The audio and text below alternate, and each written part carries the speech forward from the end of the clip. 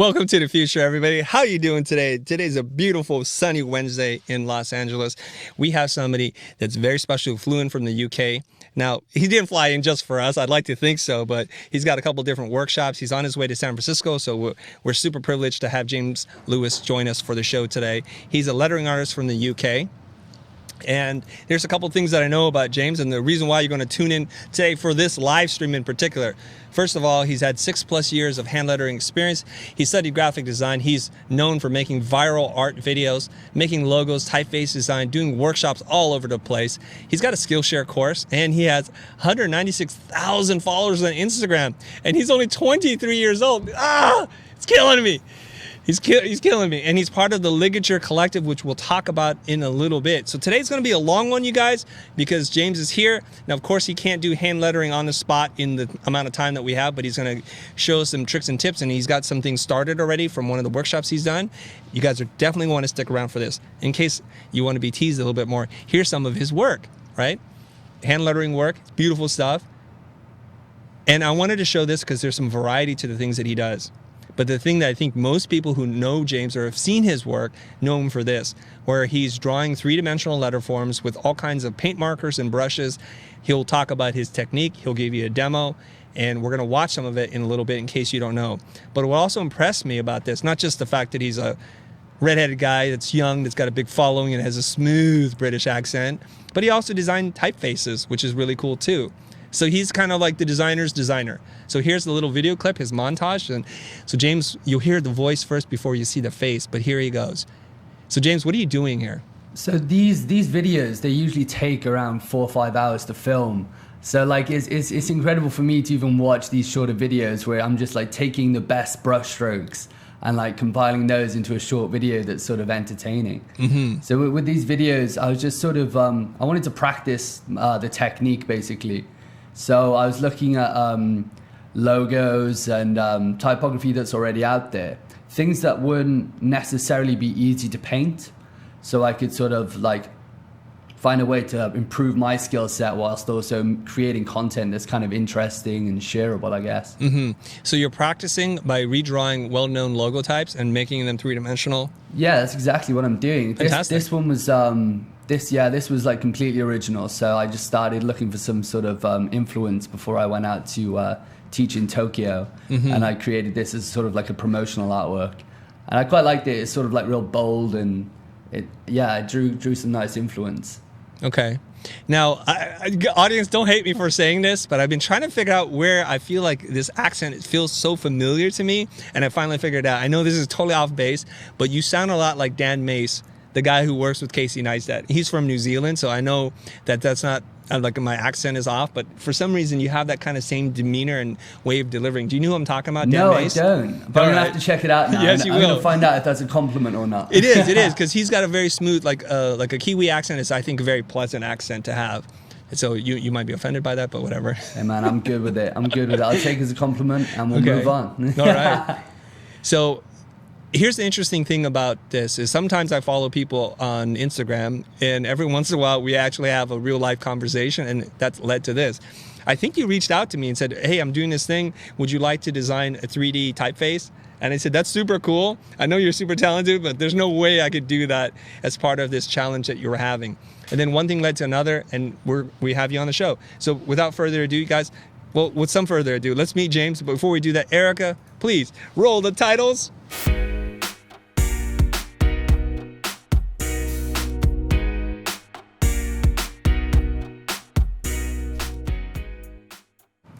Perfect, we're back. Alrighty. Now you get to see his face. You Hey heard there. the voice. There he is. He's grown a little facial hair since that photograph that we took off the internet. Yeah. But James, I'm just curious how you got into design. I want to know a little bit about your backstory, and you shared a little bit of it with us before we went on air, and I think it's totally fascinating. So tell us a little bit about yourself. Yeah, so if you want to understand how I sort of got into lettering and creative stuff, we have to go like right back. So I had quite a tumultuous childhood, right? Mm-hmm.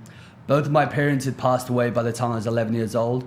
So that was a really tough time for me, obviously, trying to find my way, go through school, understand what I want to do with my life, and then having this go on. Right. And then after that sort of situation unfolded, I basically became homeless at around the age of 16. Like I wasn't living on the streets, thankfully, but I didn't have a fixed address to live at. So I was like sofa surfing, things like that. Luckily, I had like some good friends. So basically what happened is we went to the local government and we said, hey, this is my situation.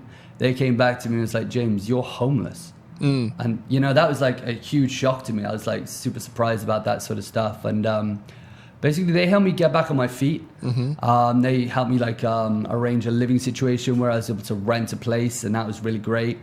And then, so I kind of like got to that point and I was like, you know, obviously having dealt with loss so early on, I realized that sort of you know, life can be taken away at any point. So, you know, you want to make the most out of it while you're here. So I kind of like figured out, you know, what do I want to do? I want to create things that hopefully inspire people. I want to spread my story and hopefully share messages that inspire other people. And then it was around that time I started getting into graphic design, lettering. It started off with calligraphy originally. And then, yeah, it just sort of developed. It was like a passion, first of all. Then I had to get ready for university, and I was like, am I going to do something academic or am I going to do something more creative? And I sort of made the decision within myself, if I'm going to do something creative, then I'm going to have to find a way to obviously monetize that and make a living out of it, because there's a lot of people and there's a lot of sort of stigma going into university that if you're doing a creative course, you're going to come out with a job in your local Walmart, what you've got here, or Tesco back home. Yeah. So it was always kind of like that was in the back of my mind. So I sort of took it upon myself to not only like develop my craft, but also figure out how I can, I guess, go freelance and understand the sort of job market around it and how to position myself so that I can get clients and I can make a living doing what I love. I want to spend a couple of minutes here just talking about your background, because you breezed right past it, but there's something that I want to share with people, because how does a person process that they've lost both their parents at 11 years old? What was going on in your mind? Because I think you shared with me your mom had a degenerative disease, so you knew she was going to die at some point, just not the exact moment in time. Yeah. Were you preparing for that moment? Yeah, definitely. So, so the disease is called motor neuron disease, and what it does basically, it slowly breaks down the muscles in your body so you're unable to use them. And this was like a process that went on for around 1 year to 2 years. So yeah, me and my brother, we knew what was coming. So my mum, she was very good at sort of preparing us for that. She wasn't sort of hiding it from us. She wasn't, I don't think she was very scared herself after the first couple of months. I think because she was sort of at ease and accepting of it, then that sort of put me and my brother at ease. That's fascinating. Yeah, and she I remember like a conversation that we had, and she basically said that she was okay with sort of passing on because she had brought me and my brother into this world, and she was happy knowing that we're going to sort of live on and try and, you know, like sort of live on, not in her place, but obviously we are part of her, and she was happy that she was able to sort of bring us into the world. And she was saying that it wasn't on a deathbed or anything like that, but it was like a few months into the illness. She was like, you know, if you want to be happy and satisfied with the life that you live, try and bring good things into the world that you're proud of. And I guess me and my brother was that for her. That's fantastic. So then when you said that you didn't know you were homeless, I'm just trying to imagine this, and I just can't do it. 11 years old, both my parents are gone. And I've seen my mom kind of pass away before my eyes, but she left me with such positivity, such optimism. And you said you didn't even realize you were homeless until somebody from the government told you were homeless. And how did that impact you? Yeah, so after my parents passed away, basically we put into different living situations. So I was sort of, I was never formally adopted, but I lived with different families and sort of moved around trying to see where I fit in, basically. And then it got to a point where a living situation that I was in sort of disintegrated, and like the last thing that the last space that I had was it was like staying on this camp bed, right? And there was in a bedroom with two other guys. So one of them my brother, and then one of them the guy who he lives with. So there's three of us in this really small room, and I had a camp bed right in the middle. So you imagine there's like a bed here, there's a bed here, and there's a bed here, and mine was like sort of down there. And this camp bed, it started to like break, and I was like on that camp bed for like 4 or 5 months or so, still going to school at this time as well.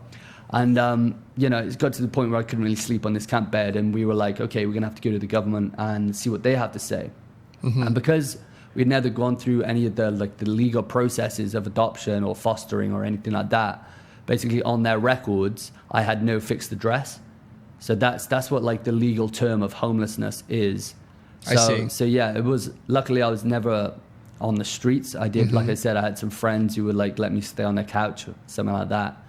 So yeah, it was a definite shock to the system, but it was one that I guess I kind of got over because it kind of paled into insignificance compared to what I had already gone through, you know? So you didn't have a legal guardian then, right? Or you were ward of the state? Like who signs for you as a minor? Yeah, so it was the state. So I had to sign up as what was called a looked after child. A looked after child, that's a term? Yeah, so that's the term in the UK they use for children who basically don't have or they don't want to be associated with their parents. Because it's not just people who don't have their parents. There's a lot of people in that situation who they had to leave home because it was so, I guess, volatile. So that's like another side of it. But yeah, my side of it, basically, I didn't really have like a fixed address or a legal guardian. Yeah, so the state sort of stepped in and was like, okay, we can help you out. So how did you afford clothes, food, tuition? How did you put, I mean, from 11 to now, you've been on your own technically, right? Yeah, pretty much. So how do you buy stuff? It's just been like a combination of freelancing and assistance from the state. Okay. So we're lucky in the UK that we have quite a good system, basically, where the state will give you some assistance with living if you can't like live. So I think it's very different here in especially LA. Like I've noticed quite a lot of homelessness. In the UK, if you're, I think, under 16 and you get to the government and basically explain to them your living situation, most of the local governments will help you financially to try and get you back on your feet. Obviously, in a lot of situations, it doesn't work. But for me, they when I was renting a room, they paid for that for me.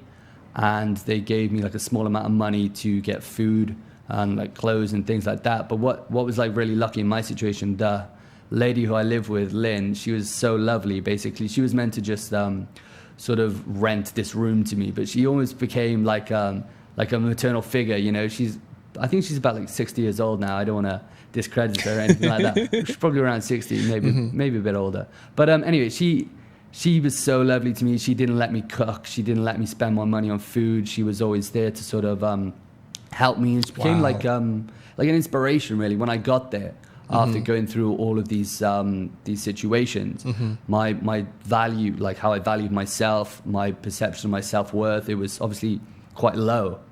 You know, you go through all these things and it's tough and you don't believe in yourself. You think, you know, this is me forever. But she sat me down and she was like, listen, you could go to university, you could take this graphic design thing that you're really starting to enjoy and make a life from it. And I guess without her sort of influence and her like speaking to me about these things, then I don't know, maybe I wouldn't be here today. I don't know, but it's really interesting. Wow.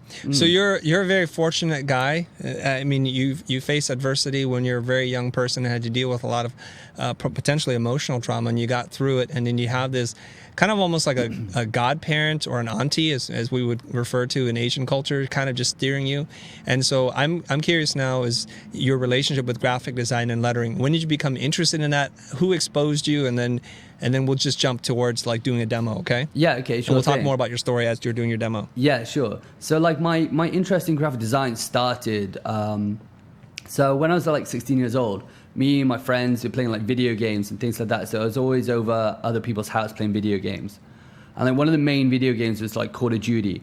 And what was happening at the time was YouTube was starting to emerge, and these video game players were putting out their content online. And they were trying to build a brand, basically. They were trying to build a name for themselves off the back of video gaming. And obviously right now it's huge, but when I was like 16, it was just starting out. So what these people would need is like YouTube background graphics, logos, oh, I see. Sort of like animated idents. So I started exploring with that stuff. Like, so I'd looked into like motion graphics, Cinema 4D, After Effects, and I was creating these like 10-second animations. And then I was doing like the background graphics, the logo. And what started to happen is I was noticing that the majority of what I was designing was type focused. I was trying to communicate not just the name of this person, but also like attributes of themselves. Like if they were quite like a funny comedic commentator on the games, then I had to sort of find a way through fonts and like styles to sort of convey that. So, you know, at first I was using like Comic Sans. I was like, yeah, that's super funny. People love that. It is pretty funny. Yeah. But then, you know, as you like, you continue doing these things and you learn more about it, then yeah, obviously your style develops and you get influences from all over the place. So I really started to look into design on like Behance, other YouTubers. And what a lot of them were doing is they were putting out tutorials and things like that. So what I would do is like watch a load of tutorials, create a piece of content, and then record that whole process, and then put that online and then create my own tutorials. So it's like I've been putting out content now, like I said, since I was like probably 17 years old. So it like the Instagram, what I do now is almost like a continuation of that, which is it's like obviously looking back in hindsight, didn't see how it all, like at the time, I didn't see how it was all going to progress. But now you can look back and see, oh, so that influenced this. And yeah, it's just like a continued, I guess, expression of what I find interesting. Right. I'm just, for people who are watching, first of all, I want to say hello to people from Chengdu and somebody from Cebu who are tuning in. I think you have a friend here who's saying hello to you. Cool. And first of all, people are saying this is an inspiring story, and I just want to convey that to you, right? So applause for that. And somebody, who is it? Oh my gosh, Desax Leroy? Desax Leroy, thank you. I'm not He's sure. saying hello. Welcome, James. Hey. Okay, I don't know. Maybe you have some fans that know who you are, but maybe you don't know who they are yet. And I also want to thank Stanley Williams for doing the super chat function there. Thank you very much. So here's the question: You're homeless. You have no legal guardian. Yeah. You have this great woman that's in your life, and you said you're learning and producing animations. What tool are you using? Where is this machine coming from? Great. So, right? So the first like laptop that I owned, basically, it was this bright baby pink Asus laptop, and it was like it was about £200. So that's about $250 here in the US. And yeah, it was literally the cheapest thing on the market. It crashed every single day, but it sort of made do at the time. You know, it was all I could afford. And then what happened is going through these freelance jobs, I saved up as much as I could to then buy like a decent bit of kit so I could save it. Yeah, but it's so funny. So you got this baby pink laptop that crashed every single day. Yeah. That you bought for a little over $200. Secondhand as well. Secondhand. Yeah. This is fantastic. How old are you? So it's like 17. Okay, fantastic. Yeah, so Matthias, times. my son is 12 years old. He wants to build his custom PC because he wants to play games. Wow. Matthias, you have 5 years to get it. All right, work towards it. Save up. Just like James, he did it. Now don't get the fancy one. Just get what works. So I know that there are no software sponsors watching this show, but were you running like bootleg software and all that stuff? Oh yeah. All right. Oh yeah. There's no way I had the money to buy that stuff. Right. Okay. So here's my rule of thumb. Now, guys, we won't air this part. This is not being aired, right? So okay. No, we're not live. No, we're not live. So here's my rule of thumb. Until you can afford to do it legally, by hook or by crook, just get on with your career. And I don't mind. We just look the other way, right? I know some people pirate our stuff. I'm just going to look the other way. My idea is once you start making it, once you start doing freelance work, go back and pay for it legitimately. Now, we all use fonts that we don't own. I'm not saying I did, but I'm saying people that I know use fonts that we don't own. At some point, go back and buy them. If you're going to use them, pay for it, okay? But that's a great way. You were able to do it. Fantastic. I love this. I need to find that baby pink Asus. Like, I'm going to find it, and I'm going to put it as part of the slides here. I've got a picture of it. I can Oh, send you it do? over. Okay. Yeah. Fantastic. It's so good. So we'll post that as Yeah. part of our Facebook story, guys. So check that out. Okay, now let's get into it. I want to know more about your story and everything, and we're going to get into what it is you're going to do today. So why don't you tell the good people what we're doing? Yeah, so what we're going to be doing today, I'm going to be showing you sort of the second half of the workshop that I teach. Basically, the lettering workshop that I teach is 6 hours long. We go through the whole process of drawing 3D lettering and then eventually painting it. So this is an example from the workshop that I had on the weekend at Brooklyn. So this is one that I didn't quite get time to finish painting because obviously I was like helping everyone else out. But yeah, so I sketched out another one. This is the letter that we draw first. So what happens is we go through a big work booklet, which I have somewhere around here. Yeah, so go through this whole booklet here, and it's really good. It takes you through the whole process. It's the workshops for any skill level. I've taught in like throughout the UK, the US, Indonesia, Europe.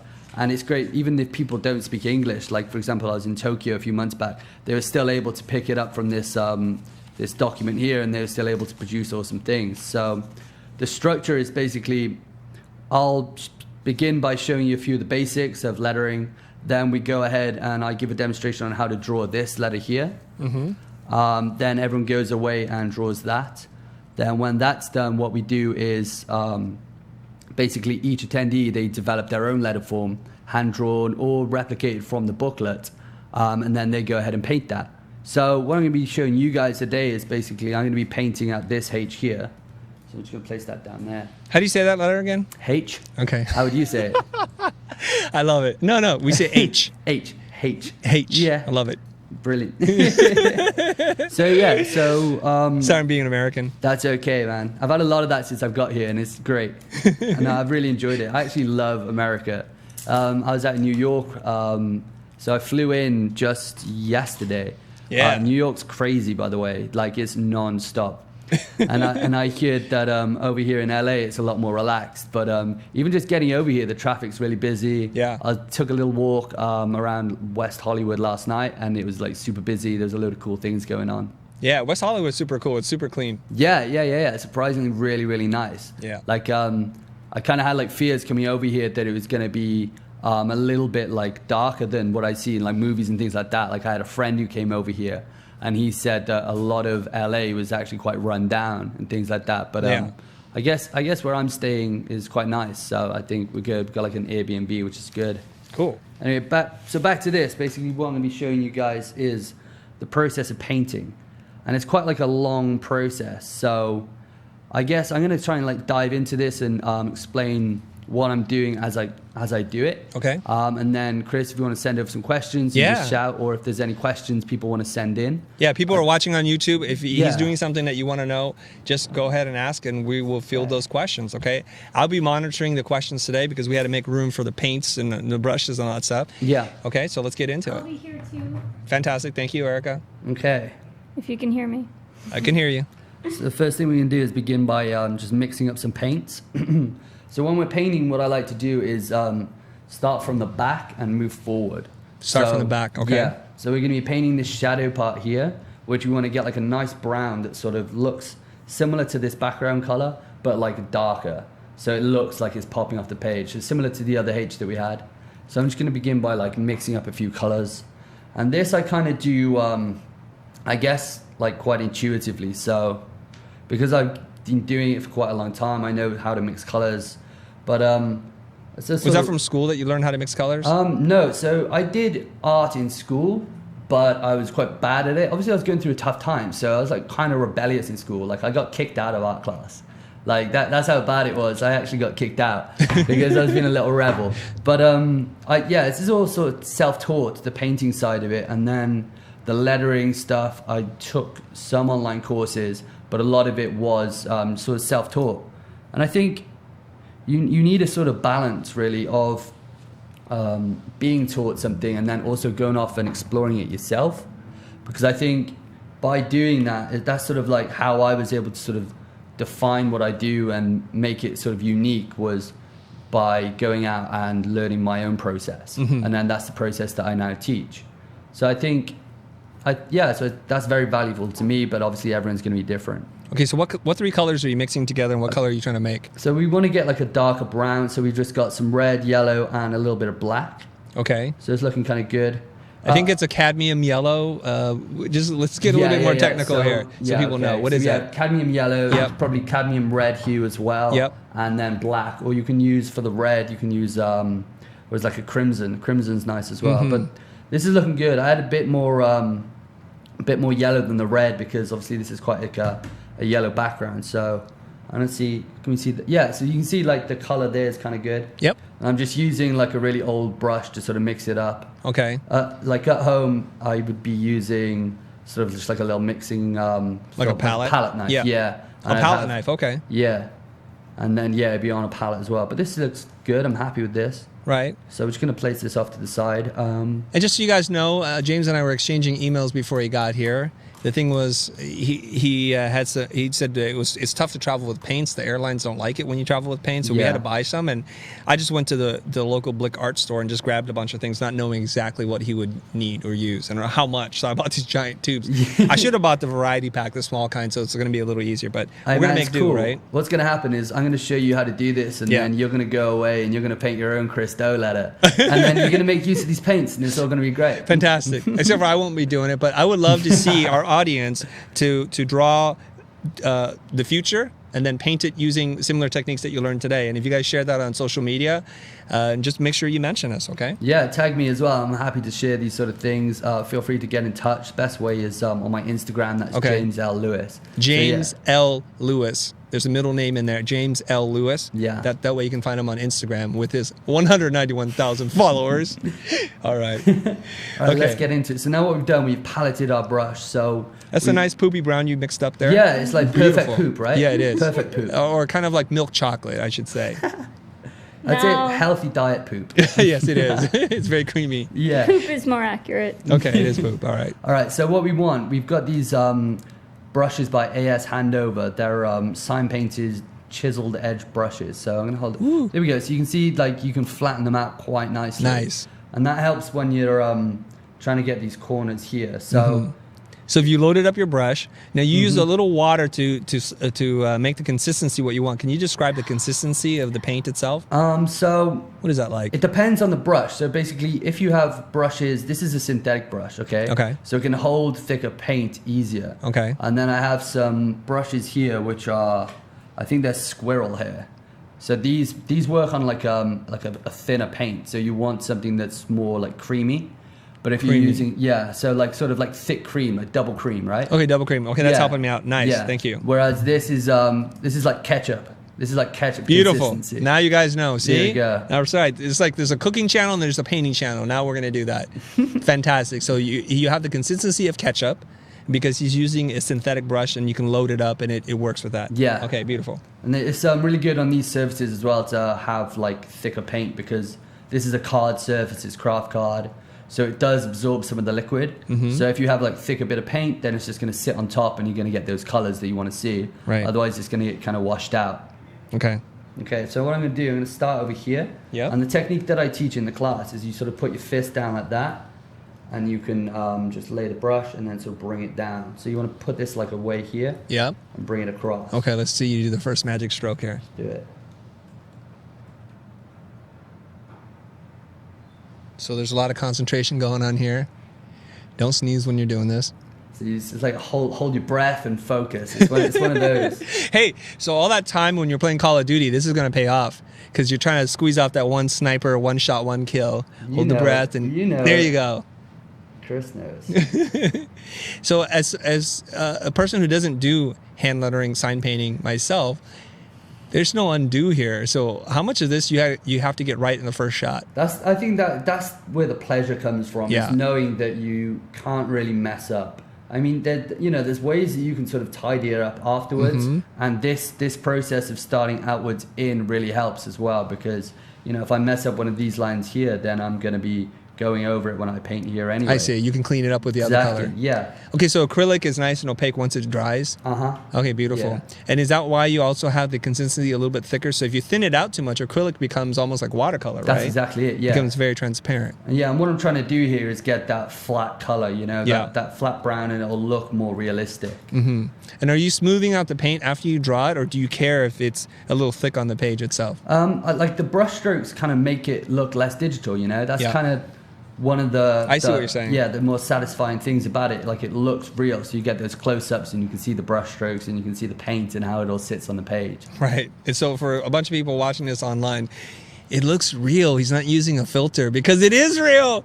There's thickness to the paint and you can see that there's some unevenness. And I've mentioned this before, when you do something by hand, we can recognize the slight imperfections or inconsistencies in the paint and it makes it feel human. Like a human being made this, not a computer. And I think there's that stuff's kind of getting lost. I mean, I have nothing against the sort of like iPad calligraphy and things like that that's coming out, but you lose that sort of the randomness of hand generation, like those happy accidents that come along that then could develop into something else. Right. So like some of my more creative stuff is off the back of me sort of just like splashing a bit of paint around and being like, oh, okay, that's really cool how those textures combine. Yeah. Like gradient stuff, for example. I'm like using a canvas and masking out a load of space and then using the spray can to create these gradients. Whereas, you know, when you do like gradients in Illustrator and Photoshop, they're so perfect. Right. But I think like, yeah, the imperfections sort of make it look more unique. And you're more embracing the interesting. process. So Dansky, a friend of the channel and also a pretty big YouTuber himself, was watching. He's like, he's enjoying the pressure. He's enjoying it right now. This is maybe the most pressurized I've been painting. I mean, I have like cameras on me. I'm live streaming, and yeah, I No feel room like for mistakes. yeah, exactly. But you're not alone. Yeah, exactly. That's so I'm true. here. Just in case you need some help, some moral Yeah. support, we're here for you. No, but this is nice though. Like, there's usually a bit of pressure when you're painting. Yeah. Like, there's got to be, otherwise you'd be so lax, and it'll just be sort of kind of, you know, messy. So Right. like, I think I thrive a little bit under pressure. So Good. this is good. I wish I could. Thing is though, like painting these things, you can see like I've been painting now for a couple minutes. Like this whole thing, even though it's like quite small letters, it's going to take quite a long time to paint. And the videos that I do on Instagram, they're obviously very, very short. They're like 30 seconds to a minute long. But this sort of longer form content is something I want to get into maybe, where I'm doing like an interview like this. Yeah. But at home, I don't have this incredible studio like you've got here, Chris. But maybe. Oh, go on. Don't feed his ego. His head's going to get too big for the hat. Yeah, Yeah. the hat's already swelling up right now. No, I mean, it's fantastic because when you see on Instagram, it's a speed painting kind of where you can kind of see it, but there's not a lot that you can pick up in terms of nuance because it's kind of forwarded to be able to fit inside of Instagram. So I like that you're starting to produce videos for YouTube as well, and I see that you have a nascent kind of but growing YouTube channel, right? Yeah. You're adding So, videos to it. Yeah, I'm going to be putting a lot more on this soon. I've got a videographer back in Cardiff. He does a lot more long form content. He's done a few smaller videos for me, and he's like really pushing me to get on YouTube. So I think it'd be good. I think it's a good way for me to connect to people as well and actually have like genuine conversations. I feel like that can be lost on Instagram, whereas like, you know, I'll do like a cool picture or video, and then I'll have like this huge like comment that I've written about it and just like trying to converse with people. And I think because of the nature of Instagram, you're just scrolling through, that can get lost. Yep. But with like long form content like this and, for example, podcasts that I've done, like I feel like there's more of an engagement there, and that's nice. Yeah.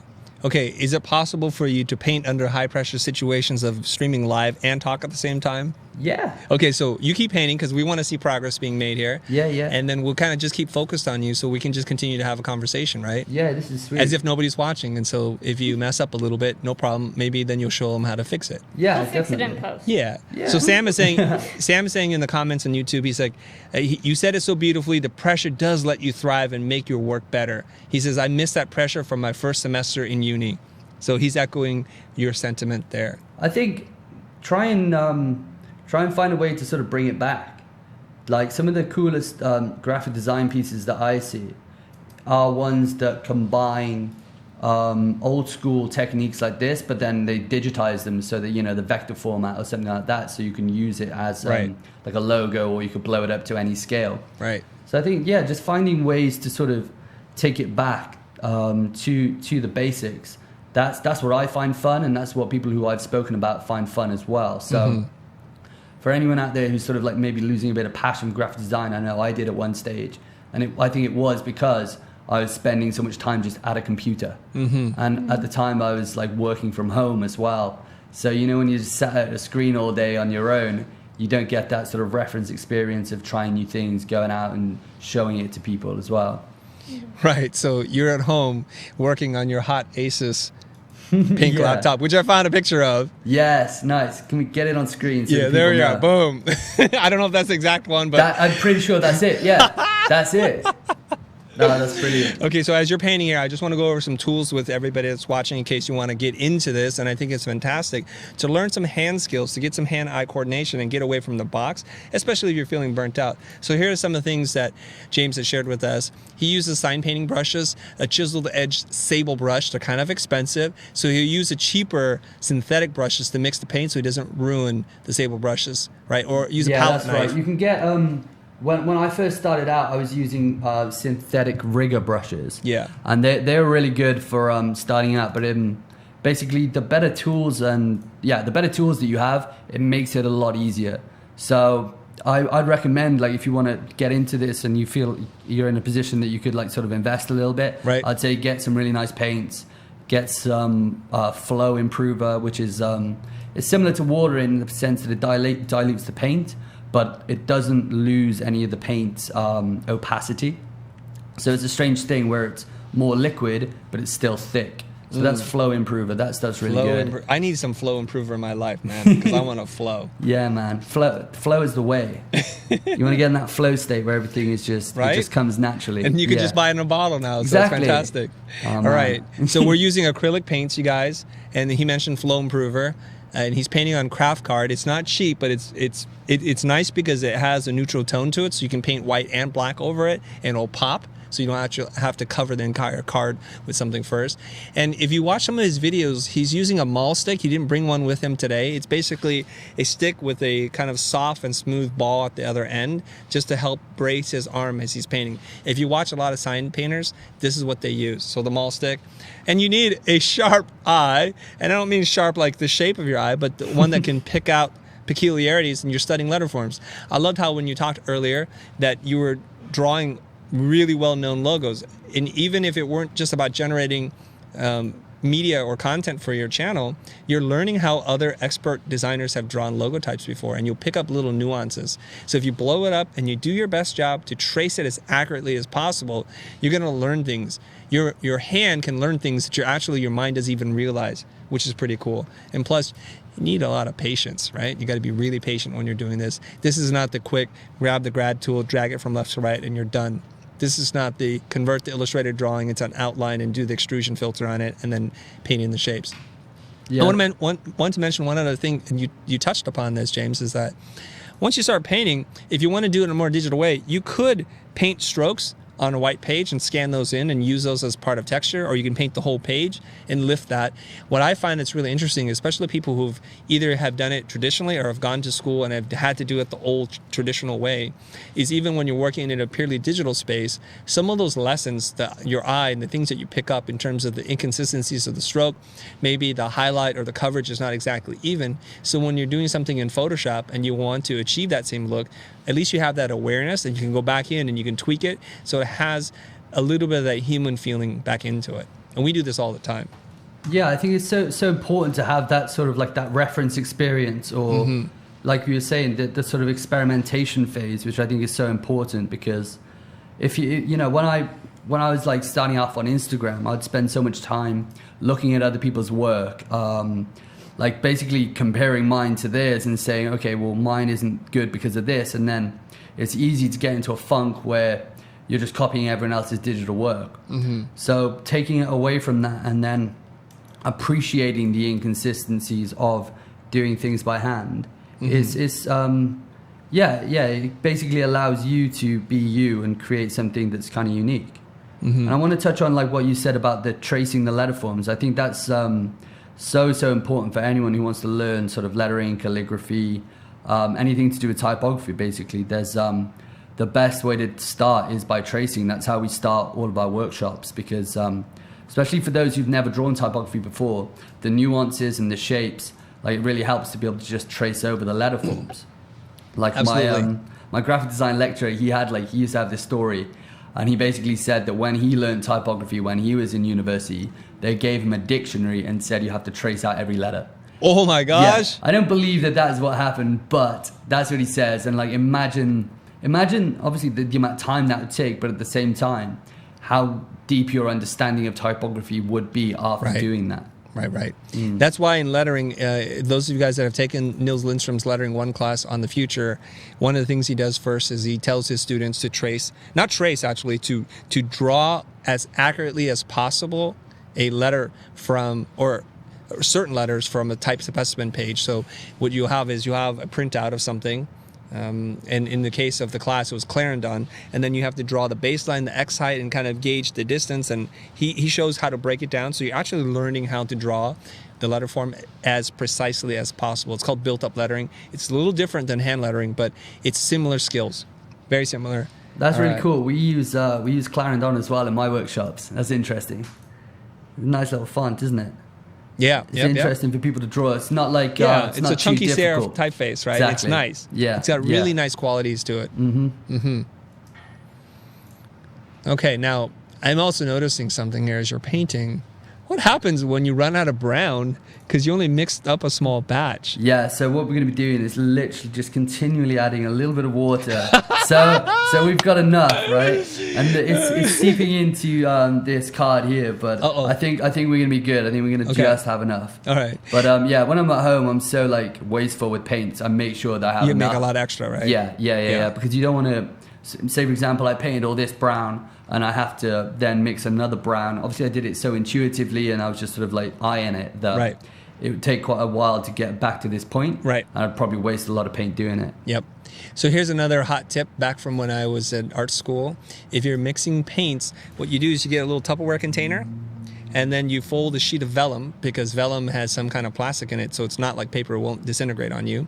You take a paper towel, you fold it up into a square, you put it inside, you wet the paper towel, you put the vellum on top, so there's moisture and humidity.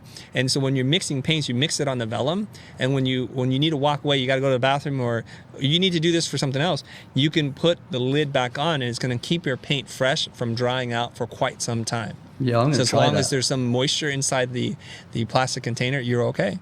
So a Tupperware container can actually be used for a lot of this stuff. Now, we used to do it with metal trays. They would make us go out and buy these metal trays, and we would do the same thing. Paper towel, it's wet, put a sheet of vellum that's cut to size, but then the problem is, after you're done, there's nothing that you can do. The paint gets thrown in the trash. And paint can add up, and you want more practice time. You don't want to spend all your money buying paints. Okay? Yeah, that's so true. Yeah, I'm definitely going to try that technique out. I mean, that sounds awesome. A good bit of value for anyone watching, for sure. Hey, I just want to remind everybody, all 303 of you guys that are watching live right now, welcome to the show. A couple of people are thrilled that they're able to make it live. I don't know how to pronounce your name, but is it Gaudens? He's like, it's first time live, so welcome to the show. Make sure you guys hit that thumbs up, hit the like button, and subscribe to our channel for more content like this, okay? I always forget to tell you guys to do that, but do that right now. Right now. It'll make both of us feel better. Oh, yeah. This is a great show. I mean, I watch it. We listen to the podcast in the office as well. Oh, beautiful. Thank you. Yeah, for sure, man. It's great content. Like, so I'm in an office at the moment with like a company, which is a graphic design company, and they're friends of mine. So, like, we always have the podcast on, and we listen in, and there's always like little tips, but it's also like the story that's fun as well. Like, you're telling stories, and there's interesting content in there that's going to like sort of not only help and inform, but sort of like entertain as well. It's good. Fantastic. So this company that you're talking about, it's called the Ligature Collective. You guys can look them up, Ligature Collective.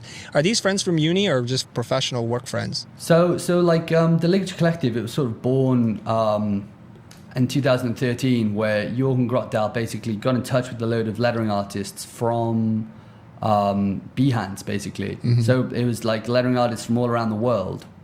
And then we came together and we sort of like formed this group, and we were relating to each other off the freelance experience that we had and understanding what our clients want. And we sort of, came together off the back of that, and we wanted to improve our situation. So we formed like the Instagram page, and we were sharing our work through that. So then it became a platform for us to showcase our talents, and then also recruit people in as well to help showcase other people.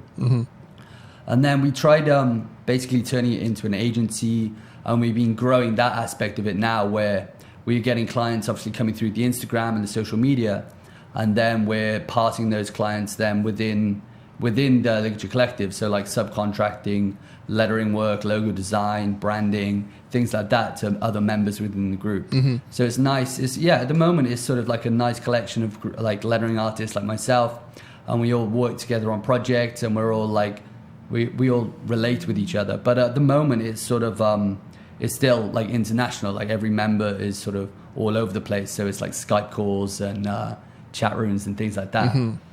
Where does the new business call go? Does it go to you first, or does it go to somebody else? Yeah, so at the moment I'm dealing with that sort of like admin side of it. So email will come through to me, and then depending on the nature of the project, I'll either pass it straight on to one of the team, or I'll deal with the client directly and then like outsource like factors of that. So say for example, it's a big branding project, I'll get someone in to do some of the more design elements, like understanding color schemes, like type and layout, posters, and it's good to have someone then to sort of bounce ideas off as well.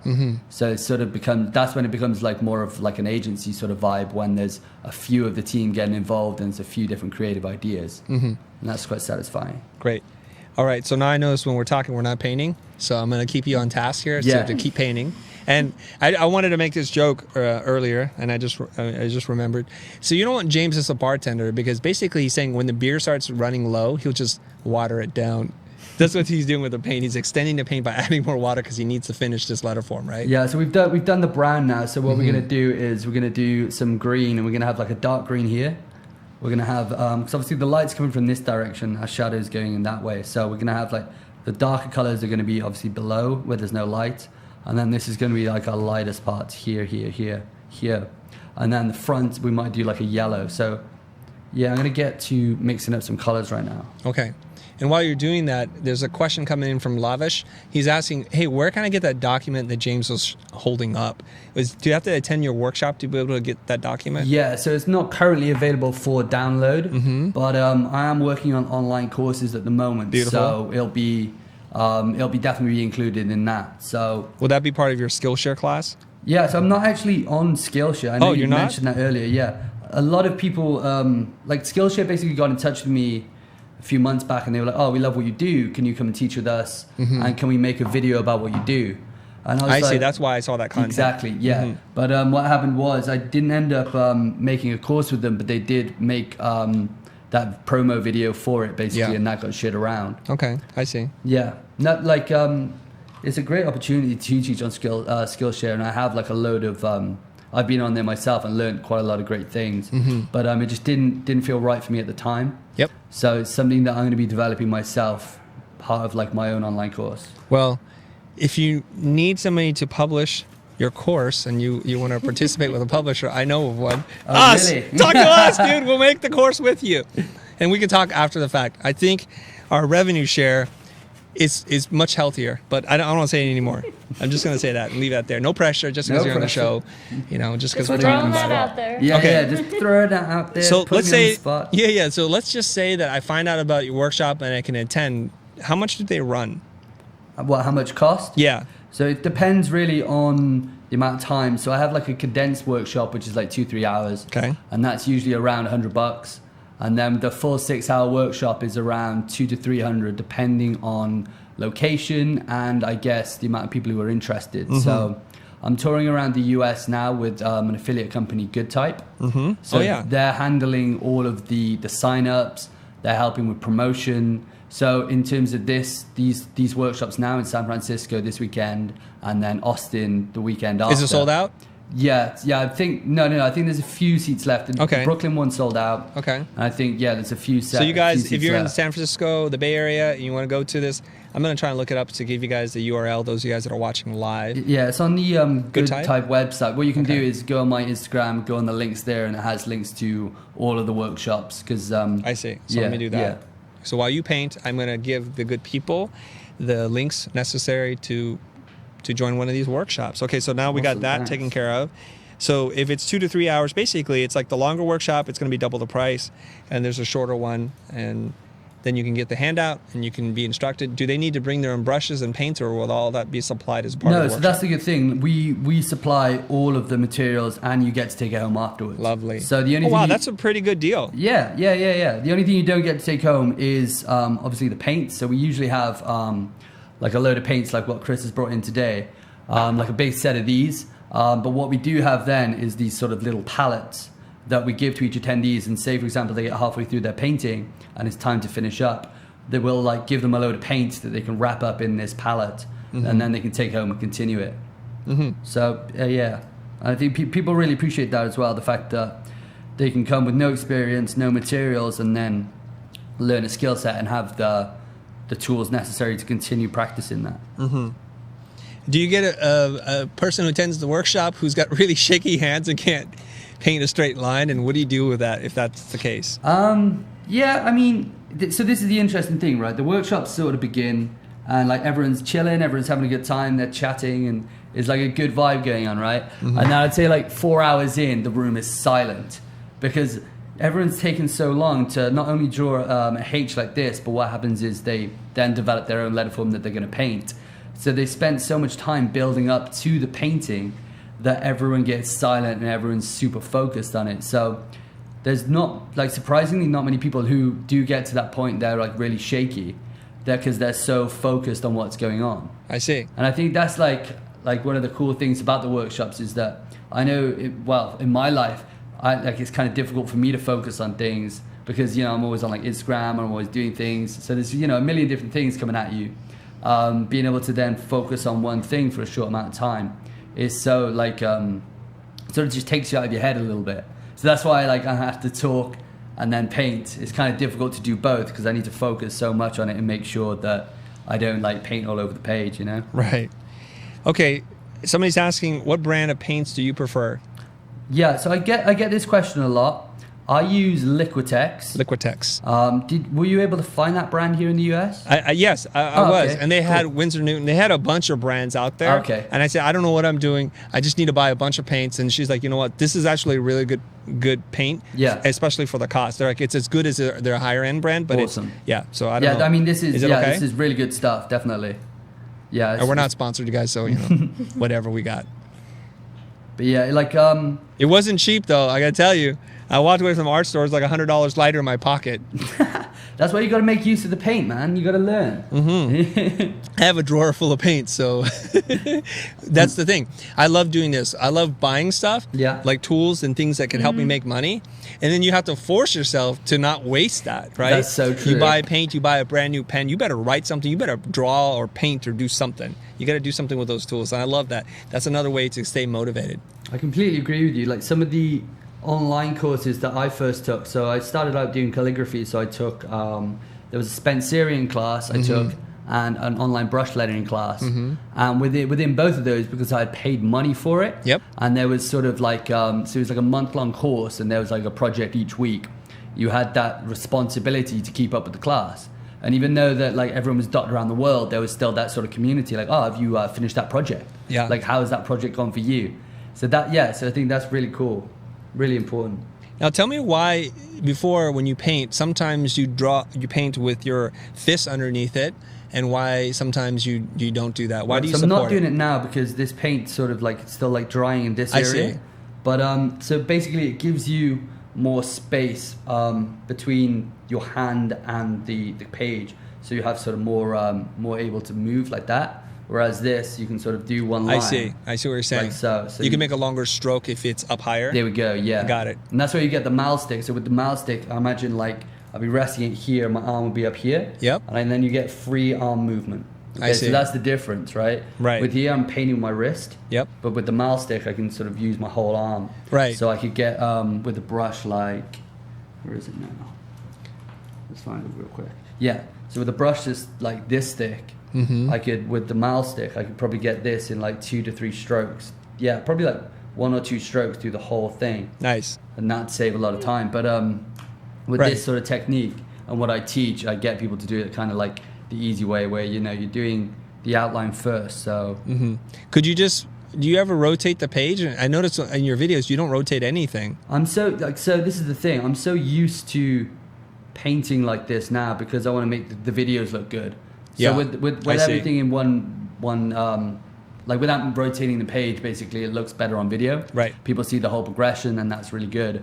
But most people, what they would do is they'd have this upright on a wall and then they'd keep it there, or they can rotate it any way they want. But for video purposes, I usually have, so my setup, I usually have like a huge tripod here. Yep. And I'm sort of like painting at an angle like this. So, Oh, that, wow. so that we get the angle, because like the angle of the camera really helps make these 3D things pop. So you can see how like the letter's sort of extruding out this way. Mm-hmm. With the camera angle, if it's facing like here, like the angle we've got there is really nice. That's fascinating. Yeah, it makes it look, so it's, you know, it's all an illusion. Like obviously Right. this isn't 3D, you know, I'm painting it flat, but with the right angle, like, yeah, I can see on the screen now, like that looks like the more I add to this, like it's going to start looking like it's popping up the page. Okay. Fantastic. So I want to point out a couple things while you keep painting there, because we want to see as much of this pop off the page as possible before our time is up. Okay.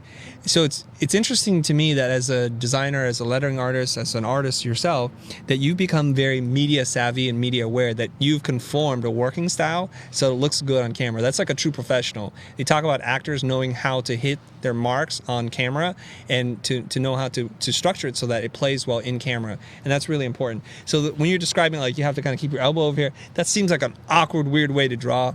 Speaking for myself, I know that when I'm drawing, horizontal strokes are going to be much straighter and much smoother than vertical strokes, so I would continue to rotate the board.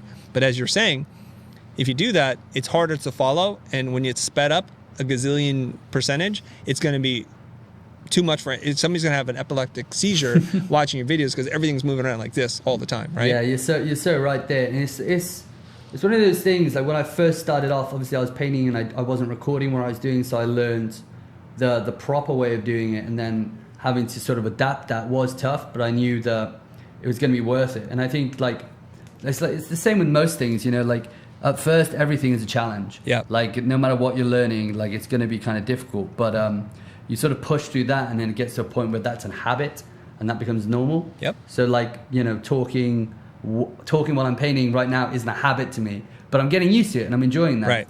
So yeah. That'll be your next thing, right? Yeah, definitely. Drawing at a weird angle, not rotating the board, and talking while you're drawing. Yeah. Yes. On Each time stage. it's progression. On the stage, On underage. stage, How you doing? yeah. Right? Okay.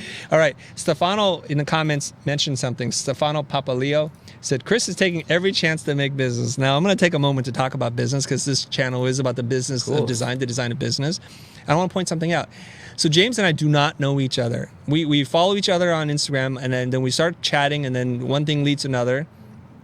It's purely platonic, right? But he's like, hey, I'm going to be in town. Can we do something? And we tried out some ideas about workshops, and it just was too fast to organize and to make sure that we get a good turnout. So I said, let's just do a live stream together. And here we are, and we're naturally talking. I assume he was all buttoned up with Skillshare, which he's not, it turns out. And then an opportunity presents itself. And so I want to talk to you introverted designers right now. Why don't we do this? Let's keep watching James paint, and while I just talk over it, okay? You introverted designers, when you hear of an opportunity, it's right in front of your face, and it came about in a very organic way. I didn't force the conversation to go there. It flows where it flows. And I've had this before. Many years ago, I would be scared on my mind. I'd be like, oh, I should ask James. Maybe there's an opportunity. Oh, no, it's too weird. What if he says no? And that's going to mean it's just the destruction of my own ego and my self-confidence. But I want to point out a couple of things. If an opportunity presents itself, the worst that you can do is just ask, and ask in a very friendly, non-confrontational, non-aggressive way, which is the way I did. It's like, if you're looking for a publisher, I know of one, you're looking at them. And we say that, and there's no pressure there. So there's a natural scaffolding towards that. It wasn't my intent to design the conversation to lead there, but it wound up there, and I was able to ask. So one, have the courage to ask. And two, when you ask, make sure it's built up in an organic way, so that it's not like, hey, James, welcome to the show. Hey, we should publish your next course, bro. Then he's going to be sitting there, what a douche. What are you doing, dude? I just got here, and I just want to paint. Right? So make sure you scaffold towards that. I think that's all I wanted to say about that. I'm going to chime in real quick. We're going to try Please and do. paint as I do. Yeah, I completely agree with you. Definitely, like, I was quite sort of shy and insecure at one point as well. The idea of any public speaking or live streaming or any sort of video content was like super scary to me. But it sort of gets to a point where, as like a freelancer, like you said, like opportunities will come your way, and the only difference between you being successful and sort of failing is not taking those opportunities. Yeah. So you do have to sort of put yourself out there in a way. And sometimes, yeah, I agree with you. Like, it might not feel like super authentic, or like, you know, if you're at like a networking event, and I've had this where people are like, oh, what do you do? And I'm like, well, you know, I'm a graphic designer. I help build brands, and I do lettering art. So I do like a lot of logos. And they're like, oh, cool. Do you want to do our logo? And I'm like, I feel kind of bad, but at the same time, it's, you know, you're in that environment to create context. So, and then you can. Wait, why do you feel bad? Yeah, well, I don't anymore, but But why did you used to feel bad? I don't know. It's sort of Let's like, talk about it. Yeah, it's sort of, I guess it comes down to the point where you want to be a person, and like as an artist, you're sort of within your own work, right? Yeah. You're so within that, but then when someone else is like, oh, I appreciate what you do, and then you're like, oh, well, I could sort of do that for you. There's that.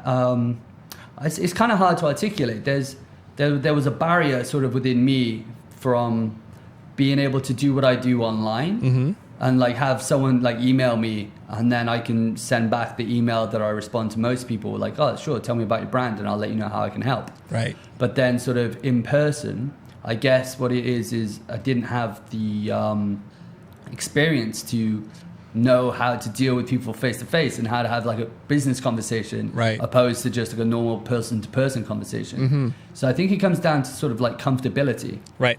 Like, I know a lot of my freelance friends, they're much better emailing clients than they are on the phone, and they can get sort of a little bit anxious about these sort of things. Yep.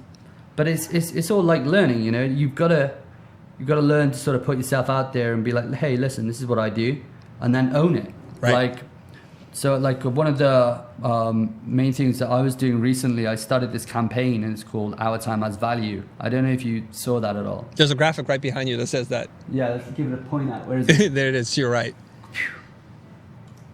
There it is. There it Bam. I was looking at the wrong one. Our time has value. Boom. Yeah. There it is. So what I was trying to do with that is share my story of how I was able to sort of combat that sense of like a non, where I didn't value my work, basically. So I was communicating that either on a conscious or subconscious level to the clients who I was dealing with, and as a result, they were sort of treating me and my craft as if it wasn't something that was sort of that beneficial. And what I had to learn to do was really own what I do, and then be able to communicate that in like a confident and clear way, not just to clients via email, but mostly through social media, and be like, hey, listen, this is what I do. You know, I'm passionate about it. This is why I do it. Here's how it can help. And then when I started doing that, I was attracting better clients. Things were just running a lot smoother because I was sort of accepting of who I was and what I did. Yeah, that's fantastic. Okay, I want to get into the business aspect a little bit more, but before we do so, I just want to tell everybody that is joining us kind of midstream here, or if you're jumping around, who James is. This is James L. Lewis. You can find him on Instagram at James L. Lewis. He's also JamesLLewis.com. He's a lettering artist, a designer, a bunch of other things. I'm messing that part up. He's only 23 years old. He's from the UK, and he started life with some tragedy in his life. His parents passed away by the time he was 11, but he was able to use that. He was able to channel that into some creative things. He bought his first laptop when he was 17, a $250 pink Asus secondhand laptop, and he didn't use any excuses in his life. He made his reality, or his dream, into reality, and that's why he's joining us on the show today. In case you are curious, he's got over 192,000 followers on Instagram. That's quite remarkable for a guy who's super young.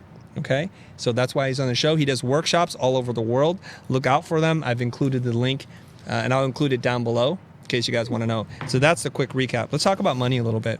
Let's do it. I know exactly what you're talking about. When designers are confronted with the issue of money, it's like the one thing that's going to tighten you up more than anything else. And we know it's a lot easier to be brave or courageous when you have the layer of the internet and a keyboard. You can sit there and you can mull it over, you can write something, you can rewrite it, you can edit it, you can talk yourself into something, you can talk yourself out of something. That happens quite a lot, right? So you're like, that's too much, that's too little, and you go through all this stuff. But when you're talking face to face, that has to happen like this. You can't get all choked up over it, because it's going to seem like what was really moving towards a potential client gets derailed because your discomfort in talking about money. Blair Enns says this in one of his rules: those that don't talk about money do not make it. The whole point of some of the segments that we produce here is to get the idea of talking about money as natural as talking about the brands of paints that you use, the brushes that you use, all that kind of stuff. We need to be comfortable talking about money. So when somebody approaches you or you're just having a conversation and natural interest is sparked and they're like, oh, we have a logo. Is that something you'd like to do for us? And how much would that cost? That you can be comfortable talking about it. Practice, watch our channel, learn about the ways in which you can talk about money. Now, let's just do this right now, James. Yeah. I was approaching you at an event and somebody's like, oh, I loved the demo or your lecture. Uh-huh. How much is it to do a logo? For a logo, Yes. so I'll do it in bucks. It depends basically on obviously the brand. So basically, you know, if I'm designing a logo for your music band and it's just starting up, Yep. I'm going to say you have, I don't know, a bit of money for marketing. Yep. I'll be straight up and I'll be like, listen, right, I can design you a pretty simple logo, okay? It's going to be using fonts and that's going to cost around $300-400, okay? And then take the money that, say for example, you're going to go get like a huge logo done, it's going to cost you a couple thousand. Take the remainder of that and put it into some marketing.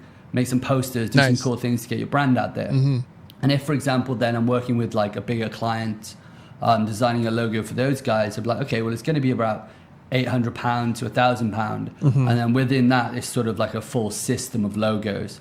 So you know, we give them like a load of different ideas. A lot of it's hand done, so it's unique. And then within that, you have like sort of the hand drawn typography, these icons that fit with the brand. So Yep. it's more of a system.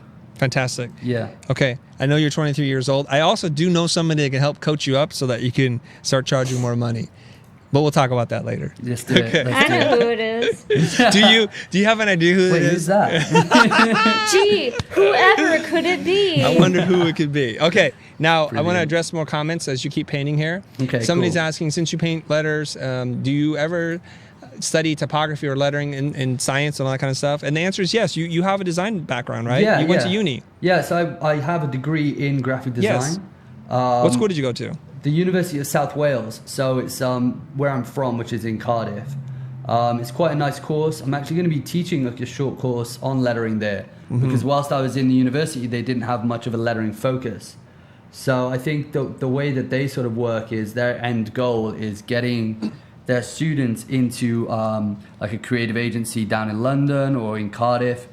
So there wasn't much of like a freelance focus there. So hopefully I'm going to be able to go in and change that up a little bit and speak about my experience and how I think that freelancing is sort of the way to go moving forward, because you have like pure independence Right. with what you do. So you have a strong, structured education in design. So some of the principles of design, you said that you started to learn this stuff already before you went to school, right? Definitely. And you've been doing some self-learning. You're so self-taught, like either taking courses or watching videos or just whipping out a book and just trying it. So it's a combination of whatever works for you. Granted, not all design universities are created equally. Not all of them have the same kind of program and the rigor and the curriculum that you want. But maybe even in the best university, they're never going to have something exactly made for you. So I strongly encourage you guys, depending on your means, how much money you have, the resources and access, to figure out whatever way that you need to learn the best given the options you have available to you. And don't let the idea of going to a prestigious design or art university be the thing that you think, that's it, now I can kick it into cruise control, they'll take care of me, my fate, my destiny is set, I'm going to have this long, illustrious career. And I also think as any young or not even young creative in the world, you need to start to build up your presence online to enroll people. One of the reasons why we're talking, why I'm not talking to somebody else from Cardiff, is that I got to know you through Instagram. Just plain and simple. Somebody else with 400 followers, maybe their work is good, but they're not going to pop up on my radar. So somebody that has 100,000, 50,000 followers, you kind of sit up like, wow, they're doing something really cool. And they pop up on your radar. And here's the weird thing about getting exposure is exposure gets you more exposure.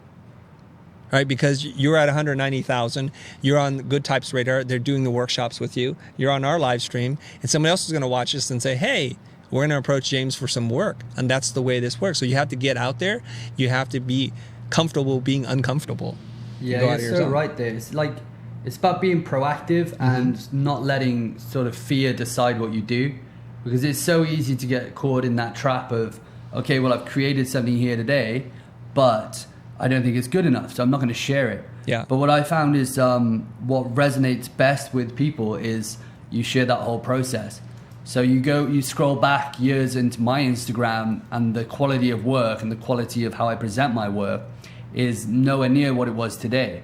Right. For those people who have followed me since back then, they've seen the progression, and then that sort of inspires them and makes them realize that, hey, I could do the same thing if I just sort of have that passion, that perseverance, and basic motivation to do so. Yeah. Hey, do me a favor. Can you say "What's up, Brew"? What's up, bro? Bro. Wait, how say, The brew? You know, he said, how does he say it? He's like, "What's up, Brew"? what's up, bro? Brew, something How's it like going, that. Brew? Yeah, so those of you Yeah. guys that are Casey Neistat fans know of Dan Mason. He's got his own channel. I was just remarking earlier in the show how much his accent reminds me of Dan Mace. Anyways, we're going to keep moving on. All right, somebody asked this question. Willie says, or asks, hey, what's the difference between calligraphy, lettering, and typography? He wants to get your take on that. I will chime in if mine's different. Okay, so Calligraphy. For me, calligraphy is so it's done sort of in one stroke. So it's basically written opposed to drawn. So real quick. Oh, you have a calligraphy pen? You Yeah, ready to go? So Look I at just this. have like Johnny on the spot. got like on my pencil case. I got loads of stuff. So for Nice. example, this is like a brush pen, right? And if I was to, I don't really have anything, but yeah. I can so, get you something. Yeah, grab a little piece of paper real Yeah. quick. Okay. Just leave that to the okay. side. Yeah, you keep doing your. I'll grab you some paper. I'll be right Okay, back. cool. So yeah, basically, I'll talk to you about it. Calligraphy, I would say, is done in one stroke, and it takes a long time to develop the muscle memory so that you can do it very well.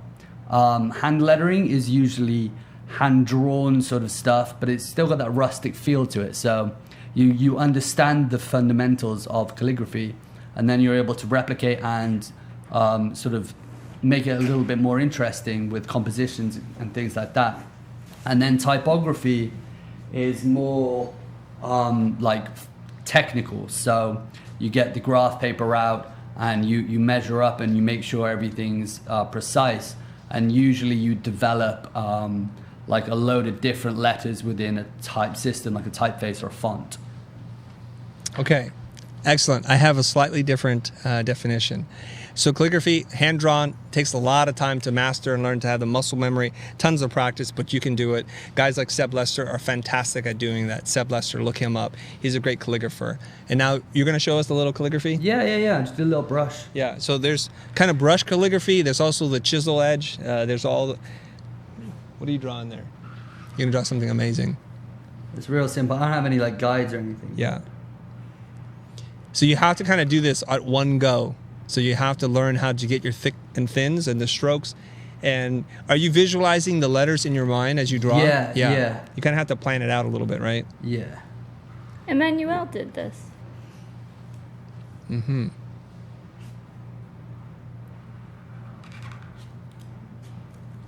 It's just something like sort of real basic, kind of fun.